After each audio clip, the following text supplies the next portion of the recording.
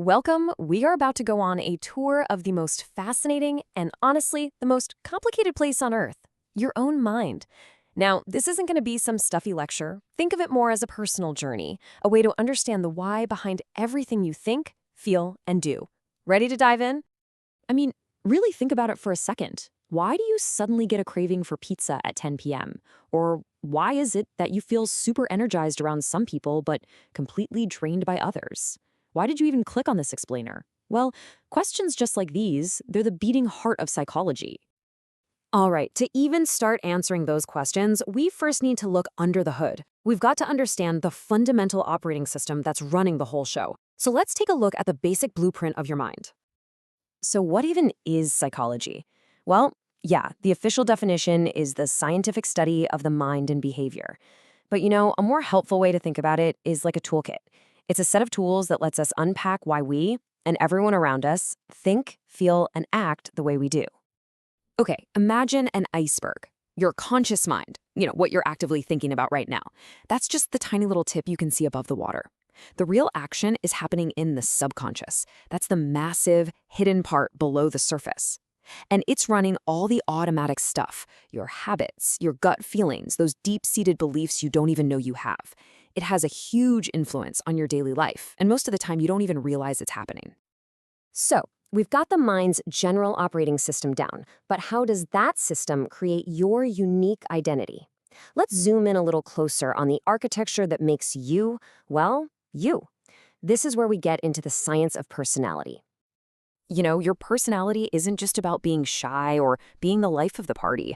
It's the stable, consistent framework of who you are. It's kind of like your personal signature, that unique pattern of thinking, feeling, and acting that stays pretty much the same whether you're at work, hanging out with friends, or just home by yourself.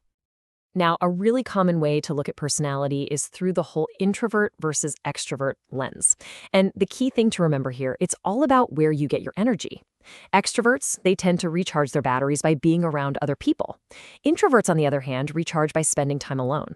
But here's the thing, it is absolutely not a strict binary. It's a spectrum. Most of us actually fall somewhere in the middle, and we might lean one way or the other depending on the day or the situation.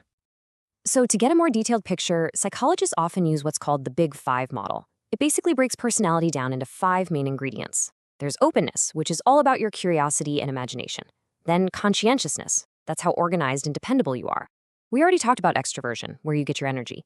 Agreeableness is your tendency to be cooperative. And finally, neuroticism, which is really just about your emotional stability.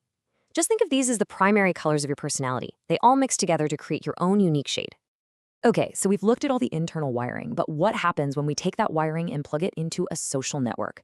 Let's explore how you and your mind operate when you're in a crowd. You see, a huge part of psychology is understanding this one simple fact. We don't exist in a vacuum. We are deeply social creatures. From the absolute moment we're born, our thoughts, our feelings, and our actions are all being shaped by our family, our friends, and the culture we're swimming in.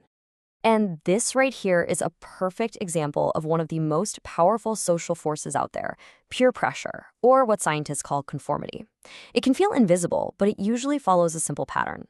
First, a group establishes a norm, basically an unspoken rule of how to act. Then you feel this internal pressure to fit in, right, to belong. And finally, your behavior often changes to match what the group is doing. And believe me, it happens to every single one of us. So we've toured the mind's blueprint and we've seen how it interacts with the outside world. But what's the point of all this? Well, this final section is all about turning these insights into real, practical action. First things first, let's put our new knowledge to work by busting a huge myth. I guarantee you've heard this one a million times. In movies, from a friend, maybe you've even said it yourself. We only use 10% of our brain. Yeah, that is completely 100% false. Brain scans show us pretty clearly that we use virtually all of our brain over a 24-hour period. I mean, even when we're sleeping, we might not use every single part at the exact same second, but trust me, every part has a job to do. So you're using way, way more than 10% just by listening to me right now. And here's the crucial takeaway from all this. Understanding how your mind works is the very first step to taking better care of it. This isn't about learning some psychology tricks. It's about building healthy mental habits. It means getting curious about your own patterns, like what triggers your stress, or noticing how your personality traits actually show up in your day-to-day life. It's about using that awareness to build a better, healthier relationship with your own mind. And, that's the real power of psychology. It hands you the blueprint. When you understand the patterns, the systems, and all the influences that shape who you are, you suddenly gain the ability to make conscious choices about the person you want to become. So I'll just leave you with this one question. This was just a quick tour, really the very beginning of the journey. But now that you've had a peek at the blueprint of your own mind, what are you going to build?